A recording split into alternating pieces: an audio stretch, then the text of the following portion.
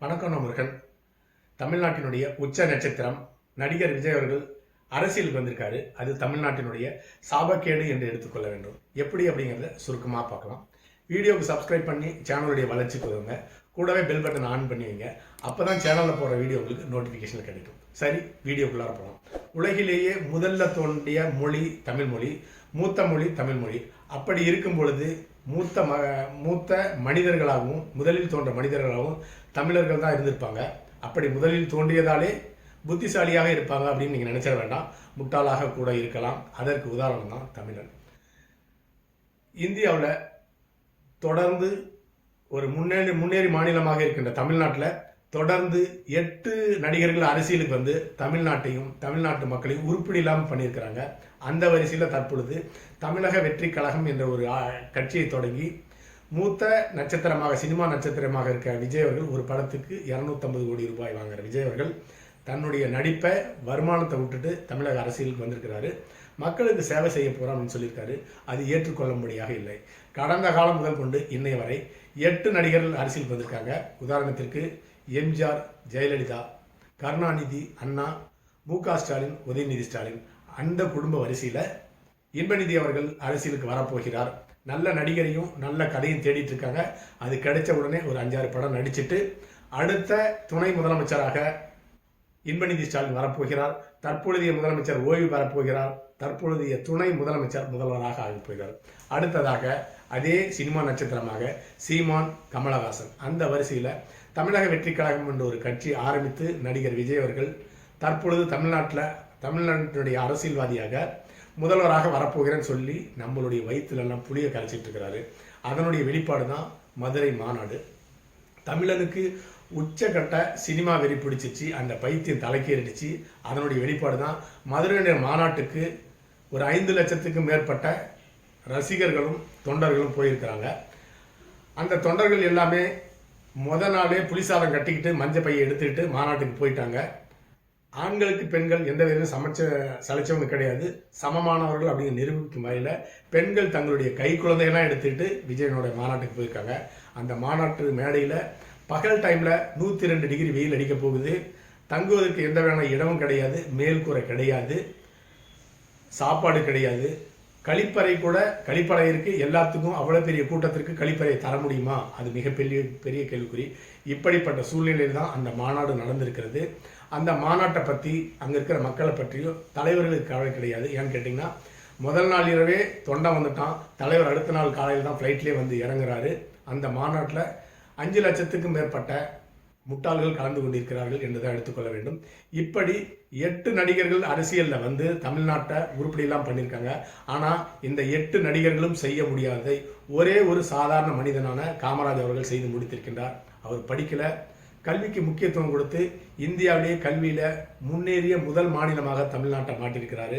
அது மட்டும் இல்லாமல் இன்னைக்கு இருக்கிற மேட்டூர் டேமை தவிர இருக்கிற எல்லா டேமையும் கட்டி முடித்தவர், நீர் ஆதாரங்களை ஏற்படுத்தி கொடுத்தவர் காமராஜர் அவர்கள்.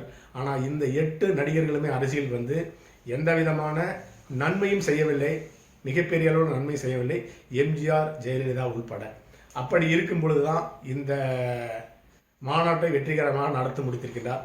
இந்த மாநாட்டில் மிகப்பெரிய வெற்றி என்னன்னு கேட்டிங்கன்னா, அப்பா என்று அழைக்கப்பட்ட ஸ்டாலின் அவர்களை அங்கிள் என்று அழைக்க வைத்திருக்கின்றார். இந்த அங்கிள் அப்படிங்கிற பேச்சை கேட்டு முதலமைச்சர் மு.க. ஸ்டாலின் அவர்கள் நள்ளிரவுலேருந்து தூக்கத்தில் எதிர்த்து அப்பா நான் அங்கிள் இல்லை அப்படின்னு உணரக்கூடிய அளவுக்கு இந்த அங்கிளை கொண்டு போய் சேர்த்திருக்கின்றார். அதுதான் விஜய் அவர்களுடைய சாதனை என்று எடுத்துக்கொள்ள வேண்டும்.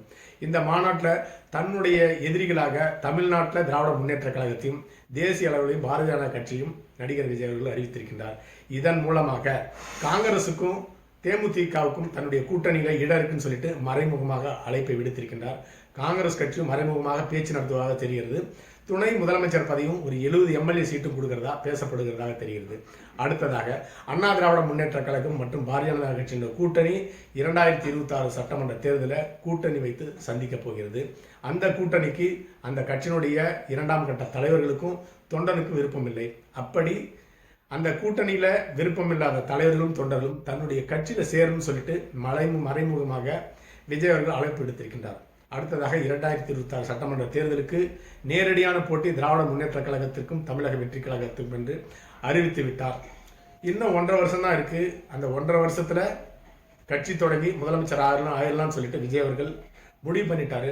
ஆனால் 3 வருடத்திற்கு முன்பாகவே தமிழக அரசியலில் இறங்குறது முடிவு பண்ணிட்டார் விஜய் அவர்கள். அதாவது 2026 சட்டமன்ற தேர்தலுக்கு 3 வருடங்களுக்கு முன்பாகவே பிளான் பண்ணிட்டாரு அரசியலில் இறங்குன்னு சொல்லிட்டு. ஆனால் அந்த முதலமைச்சர் பதவியை அடைவதற்கு 3 வருஷம் ஒரு மிகப்பெரிய நீண்ட காலம். அவ்வளோ பெரிய உழைப்பு போட தேவையில்லை. 1.5 வருஷமே போதும் அப்படிங்கிற முடிவெடுத்து தான் 1.5 வருஷத்துக்கு முன்பாக அரசியலுக்கு வந்து பணியாற்றி கொண்டிருக்கின்றார். நிச்சயமாக 2026 சட்டமன்ற தேர்தலில் தமிழக வெற்றி கழகம் வெற்றி பெறப் போவது கிடையாது. அந்த கட்சி நிச்சயமாக தோல்வி அடைய போகிறது. அந்த தோல்விக்கு பிறகு 2026 31 வரை அந்த கட்சியை நடிகர் விஜய் அவர்கள் எப்படி காப்பாற்றப் போகிறார்? அதுதான் மிகப்பெரிய கேள்விக்குறி. அந்த கட்சியினுடைய 2ஆம் கட்சி தலைவர்கள்லாம் அந்த கட்சியை உடைச்சிட்டு வெளியே எப்படி போக போகிறார்? தொண்டர்களை எப்படி தக்க வைத்த போகிறார்? தொண்டரோடு தொண்டராக இறங்கி எப்படி வேலை செய்ய போகிறார்? இது எல்லாமே செய்ய போறதில்லை. அவர் ஒரு சூப்பர் ஸ்டாராக இன்னும் தன்னை நினைத்து கொண்டிருப்பது அதற்கு காரணம். அதற்கு ஒரு உதாரணம் தான் இந்த மேடையில் நானே 30 நிமிஷம் அரை மணி நேரம் நின்று பேசிகிட்டு இருக்கப்ப உங்களுக்கெல்லாம் உட்காரத்துக்கு எதுக்கு சீட்டு அப்படிங்கிறதுக்காக தான் 2ஆம் கட்ட தலைவர்களை சீட்டு போட்டு கூட அந்த மேடையில் உட்கார வைக்கவில்லை. அடுத்ததாக இந்த கூட்டம் எல்லாமே வாக்காக மாறுமா அப்படின்னு கேட்டிங்கன்னா, விஜயனுடைய மாநாட்டுக்கு வந்த ஒரு 5 லட்சம் பேரும் வாக்காக மாறுமா அப்படின்னு கேட்டிங்கன்னா நிச்சயமாக கிடையாது. அந்த விஜயனுடைய மாநாட்டை டிவியில் பார்க்குறவங்க கூட நிறைய ஓட்டு போடுவாங்க. விஜயை ஷூட்டிங்கில் கூட பார்க்க முடியல, சினிமாவில் தான் பார்த்துருக்கோம். நேரில் ஒரே ஒரு தடவை பார்த்துட்டு போகலாமே அப்படின்னு சொல்லிட்டு வந்தவங்க தான் இந்த மாநாட்டுக்கு வந்தவர்களில் பெரும்பான்மையானவர்கள். அதற்கு உதாரணம் தான் விஜய் அவர்கள் அந்த மேடையில் நடந்து அந்த நீண்ட வேலை போயிட்டுருக்காரு. விஜய் பார்த்த உடனே பார்த்து முடிச்சுட்டு எல்லாமே கூட்டமாக அந்த மாநாட்டிலேருந்து வெளியே கிளம்ப ஆரம்பித்தாங்க. அடுத்து விஜய் பேச போகிறார். விஜயனுடைய பேச்சை கேட்க யாருமே அங்கே வர கிடையாது. விஜயை பார்த்தவங்க தான் முடிஞ்சிச்சு, கிளம்பி போயிட்டே இருக்காங்க. விஜய் என்ன பேச போகிறார்? தமிழர்களுக்காக என்ன செய்ய போகிறார்? அவருடைய கொள்கை என்ன?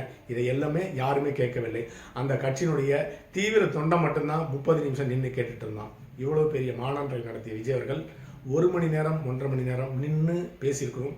இன்றைய அரசியலை பற்றி மிக தெளிவாக எடுத்து கூறியிருந்தால் உண்மையிலே பாராட்ட இருக்கலாம். ஆனால் அவரிடம் தெளிவில்லை, அவருடைய பேச்சிலும் தெளிவில்லை அப்படிங்கிற நிலையில் தான் இருக்கிறது. 1.5 வருஷத்துக்குள்ளார நான் முதலமைச்சர் ஆகணும் அப்படிங்கிறாரு. ஆனால் கடந்த காலத்தில் தொடர்ந்து 3 முறை முதலமைச்சராக இருந்த எம்ஜிஆர் அவர்கள் திராவிட முன்னேற்ற கழகத்தில் தன்னை இணைத்து கொண்டு சற்று ஏறக்குறைய 10 வருஷம் திமுகவில் இறங்கி வேலை செஞ்சார். மக்களுடைய இணைந்து பணியாற்றினார். தெருவில் இறங்கி நடந்தார். அப்படி நடந்து கொண்டதன் காரணமாக இன்றைய வரலும் எம்ஜிஆர் அவர்கள் தமிழக அரசியல் பேசப்படுகிறார். அவரும் சரி, ஜெயலலிதா அவரும் சரி, மிகப்பெரிய அளவில் தமிழகத்திற்கு நன்மை செய்யவில்லை. காமராஜர் செய்ததைப் போல ஒப்பிட்டு பார்க்கும் பொழுது காமராஜர் செய்ததைப் போல செய்யவில்லை அப்படின்னு தான் எடுத்துக்கொள்ள வேண்டும். அடுத்ததாக இந்த மதுரை மாநாட்டில் எம்ஜிஆருடைய ஃப்ளெக்ஸ் எல்லாமே, போஸ்டர் எல்லாமே வச்சுருக்காங்க. எம்ஜிஆர் யார் என்றே தெரியாத விஜயனுடைய ரசிகர்களுக்கு எம்ஜிஆர் போஸ்டர் போட்டு ஓட்டு கேட்கறது வினோதமாக இருக்கிறது. அடுத்ததாக எம்ஜிஆர் செத்துட்டாரா அப்படின்னு கேள்வி கேட்கக்கூட மூத்த ரசிகர்களும் தமிழ்நாட்டில் இன்னும் இருந்துட்டு இருக்காங்க. இப்படிப்பட்ட நிலையில் விஜய் அவர்களுடைய இந்த ஏற்பாடு எடுபடுமா அப்படிங்கிறது மிகப்பெரிய கேள்விக்குறி. அடுத்ததாக விஜய் அவர்கள் தமிழர்களுடைய அரசியலுக்கு வந்தது ஒரு சாபக்கேடு என்று தான் எடுத்துக்கொள்ள வேண்டும். ஏனென்றால் அவரும் ஒரு நடிகர். அடுத்த பதிவில் சந்திக்கலாம். நன்றி.